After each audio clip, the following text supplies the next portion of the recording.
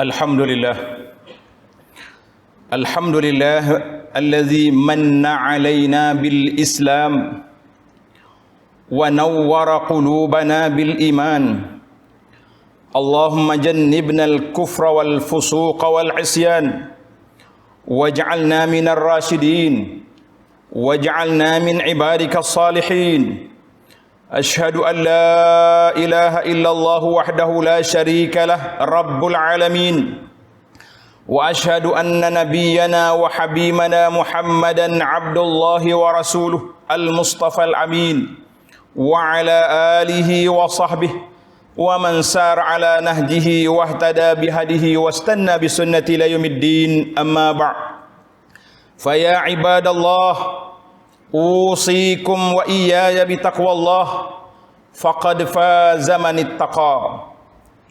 Wahai hamba-hamba Allah, sidang Jumaat sekalian, saya berpesan kepada diri saya dan semua para muslimin yang ada di sini, para jemaah yang berada di rumah dan di mana saja berada, supaya sentiasa kita bertakwa kepada Allah Azza wa Jalla. Dengan kita bertakwa, wa may yattaqillaha yaj'al lahu makhraja, Allah Taala akan berikan kelepasan daripada segala kesempitan. Allah Taala akan beri kepada kita kesenangan apabila kita susah. Allah Taala akan satukan kita apabila kita berpisah. Maka dengan ini para jemaah sekalian, wasiat tentang takwa kepada Allah Azza wa Jalla ini adalah suatu wasiat yang cukup besar, yang menjadi agenda kita, supaya kita sentiasa mendengarnya, supaya kita menghayatinya, supaya kita sentiasa mengikutinya, supaya kita layak untuk menjadi hamba Allah Azza wa Jalla yang diredainya insya-Allah. Karena itu di musim PKP ini, waktu mari dekat dengan solat Jumaat, saya akan siarkan melalui media kita ulangan khutbah-khutbah kita yang lepas dengan tajuk yang sama yang patut kita bincang pada minggu yang tersebut.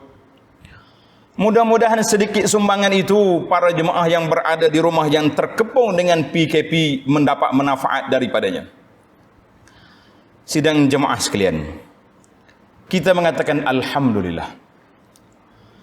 Dalam sebuah hadis Nabi sallallahu alaihi wasallam yang diriwayatkan oleh Ubaidillah bin Mihsan, hadis ini dikeluarkan oleh Al-Imam At-Tirmizi dan lain-lain.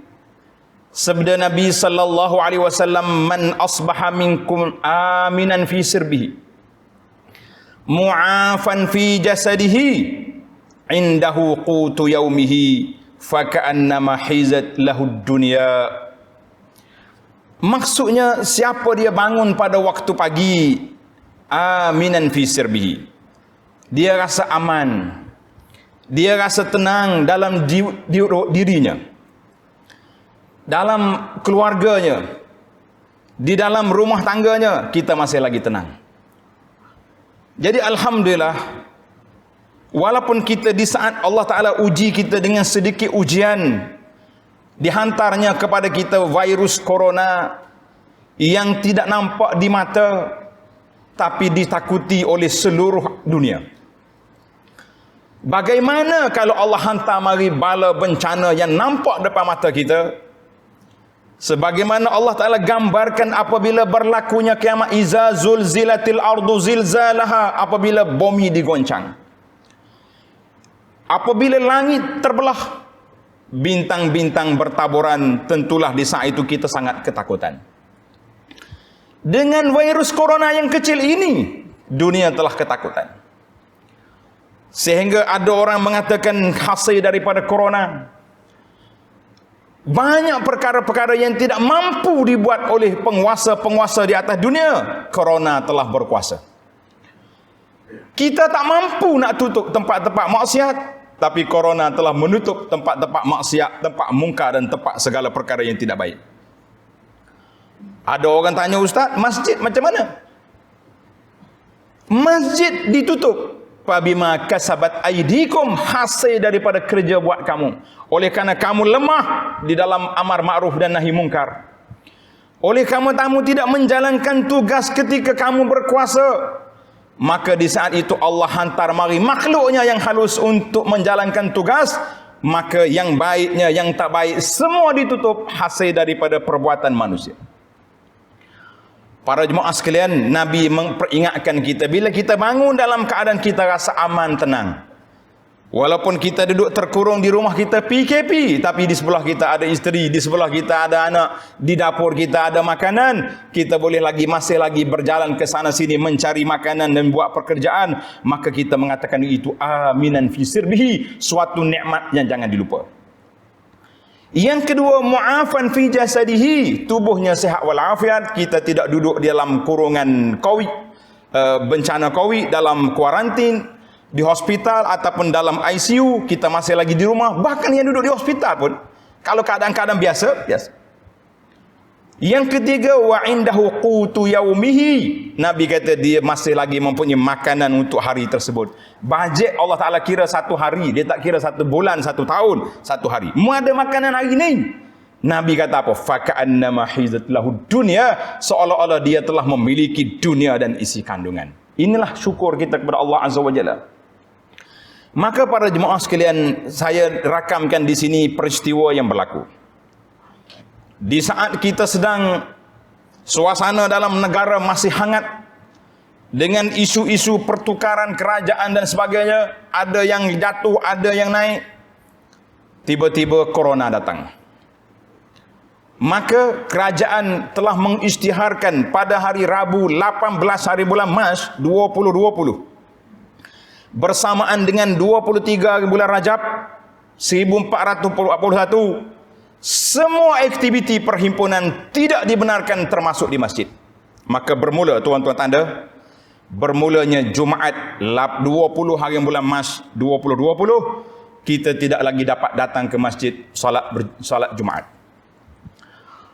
Sehinggalah datang, kita mengharapkan bila datang Ramadan, COVID hilang, kita boleh kembali ke masjid, berada di rumah Allah, mengimarahkan rumah Allah Ta'ala itu dengan seperti biasa, dengan berqiyamnya, dengan tadarus Quran.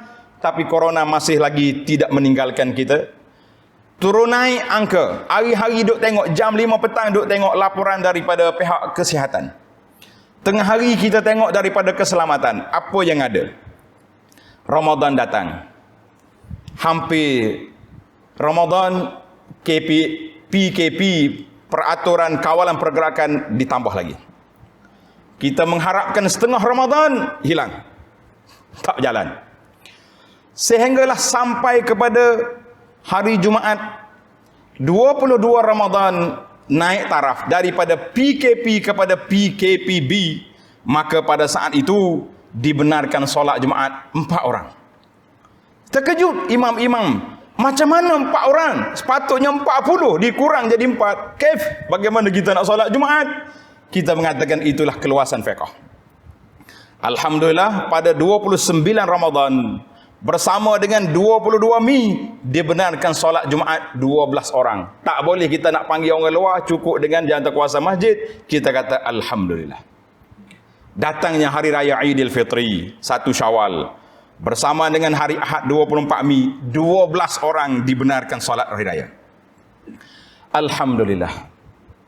Tuan-tuan kata alhamdulillah, pada hari ini Jumaat 5 hari bulan Jun 2020 bersamaan dengan 13 hari bulan Syawal 1441, iaitu seramai 40 orang telah dibenarkan. Kita kata alhamdulillah, setelah 11 minggu Jumaat tanpa 40 jemaah, hari ini kita telah dapat melakukannya.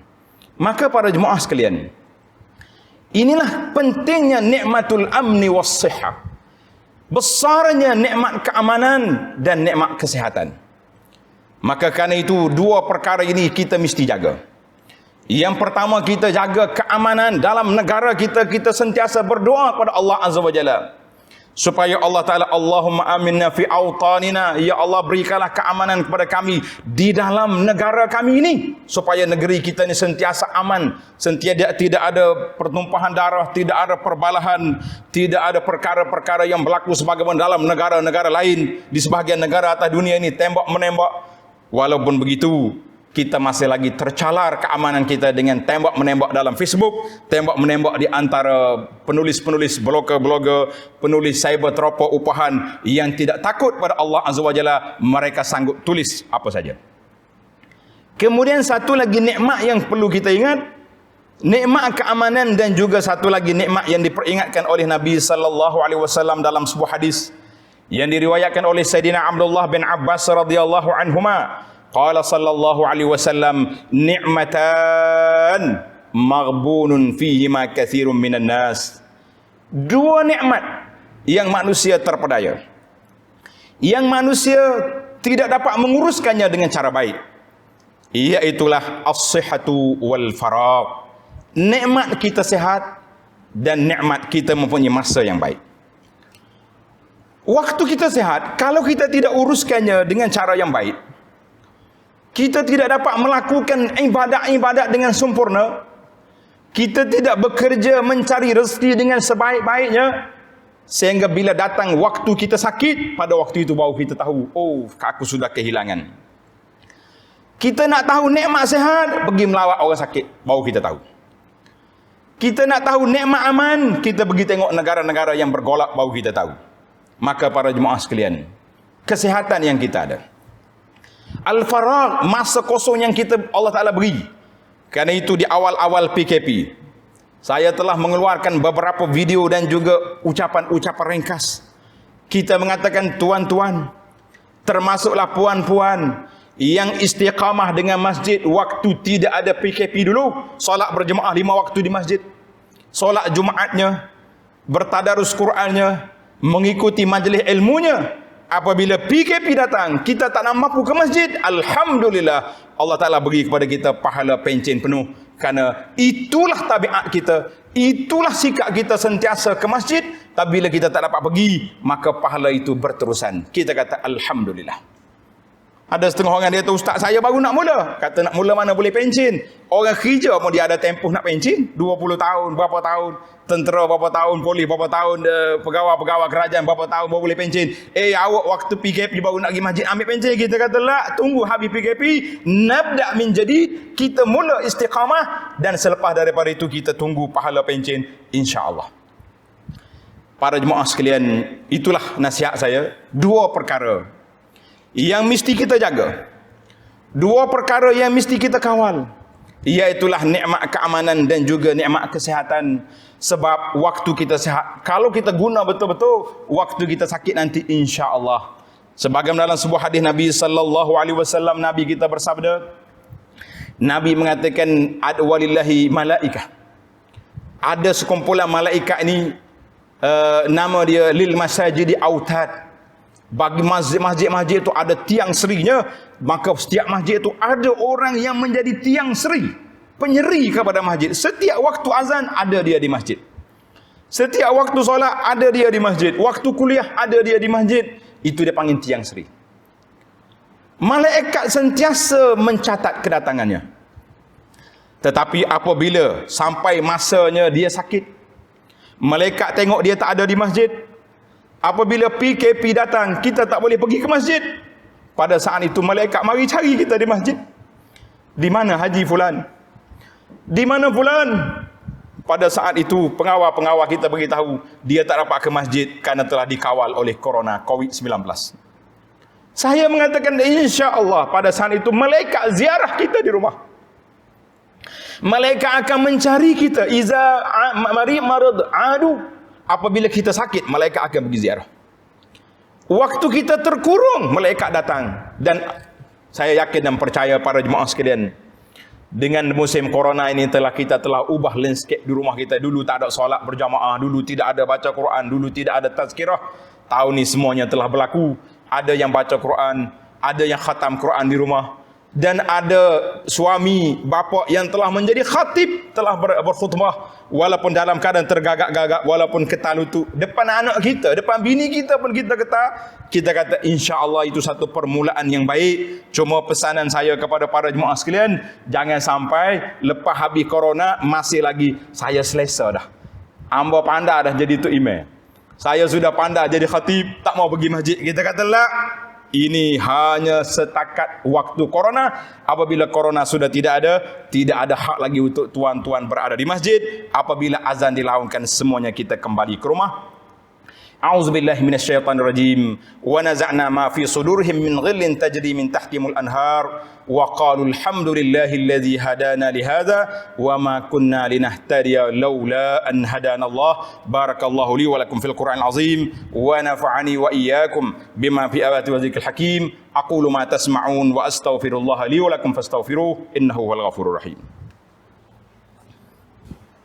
Alhamdulillah. Alhamdulillahilladzi hadana li hadza wa ma kunna linahtadiya laula an hadanallah.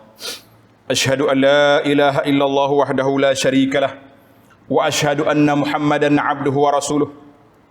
Allahumma salli wa sallim ala abdika wa rasulika Muhammad wa ala alihi wa sahbihi wa man sara ala nahjihi wa ihtada bihadihi wa istanna bi sunnati ila yaumiddin, amma ba'd.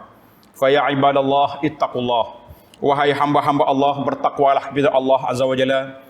Kedatangan corona biarlah memberi kesedaran kepada kita. Seolah-olah satu jentikan daripada Allah. Aku boleh buat dengan benda yang kecil, kamu sudah takut. Tidak takutkah kamu dengan janji seksa yang Allah Ta'ala sebut dalam Al-Quran, yang disebut dalam hadis Nabi SAW, siapa dia langgar PKP yang telah ditetapkan oleh Allah Azza wa Jalla, mereka akan dihumban ke dalam neraka. Maka beberapa siri kuliah saya yang lepas, tuan-tuan boleh tengok balik. Saya tajuk ada 10 kelebihan ataupun hikmah di sebalik kedatangan corona yang saya tidak ulang balik di sini kerana kita mau ringkaskan. Maka para jemaah sekalian, kita masih berada di bulan Syawal yang mulia.